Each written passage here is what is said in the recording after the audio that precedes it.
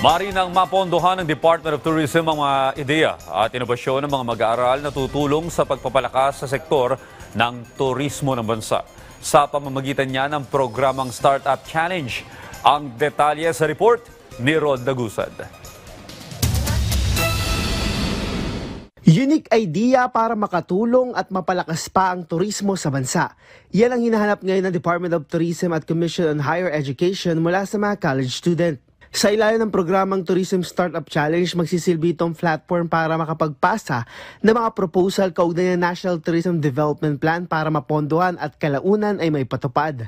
Ayon kay Tourism Secretary Cristina Garcia Frasco, sa pamamagitan ng crowdsourcing ng mga ideya mula sa mga kabataan, posible ang pagkakaroon ng transformative tourism na makakatulong sa sektor ng turismo.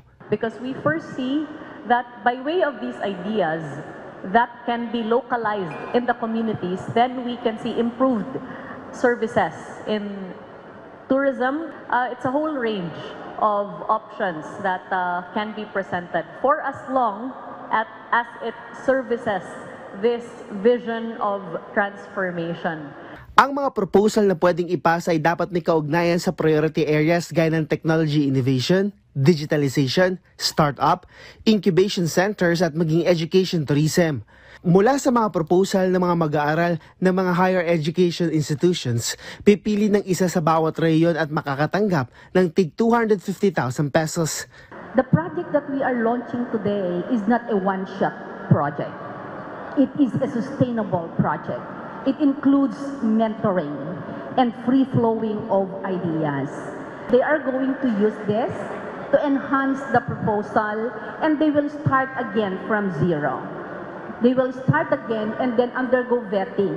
Anong alam natin na yung nandun sa provincial ay mas magaling sa regional? Ang mga proposal ay dadaan sa incubation period para mas mapaganda o mas mapabuti pa.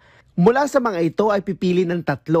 Tigi-isa mula sa Luzon, Visayas at Mindanao na makakatanggap ng 5 million pesos na gagamitin para maisakatuparan ang proposal.